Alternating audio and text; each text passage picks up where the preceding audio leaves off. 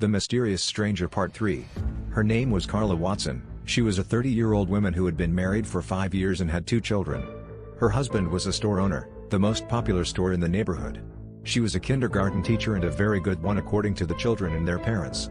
The family was undoubtedly loved by most of everyone who knew them and gave a good impression to those who didn't. They lived in a surprisingly modest home for how much money they had. It was a simple 4-bedroom 3-bath suburban home with a 2-car garage.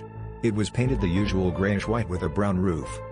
One night, well, last night to be exact, this beloved family would meet a strange man who was selling meat products from his employers.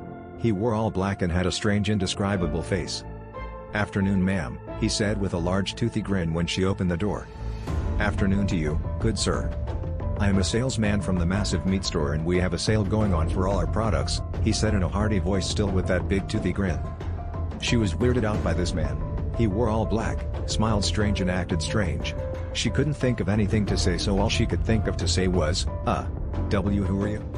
The man didn't reply, he just stared at her still with that unnerving smile. She stood there for a moment and then gathered her thoughts and then asked once again who he was. "I already told you, Miss Watson, I am a meat salesman."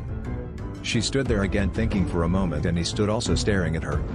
"And that the company I work for is having a sale on all our products." She finally responded and said, well, we're not interested." And out of instinct and wanting to not see nor look at him, she threw the door closed. Well, at least she thought she did, but before it could shut he caught it and said, "Are you sure? We have the highest quality of any meat," the man said, and his smile got even bigger this time. "Yes, I am sure, so would you please leave?" The man then bid her farewell by tipping his hat and closed the door. She stood there for a few seconds, then went and informed her husband about the strange meat salesman. To be continued.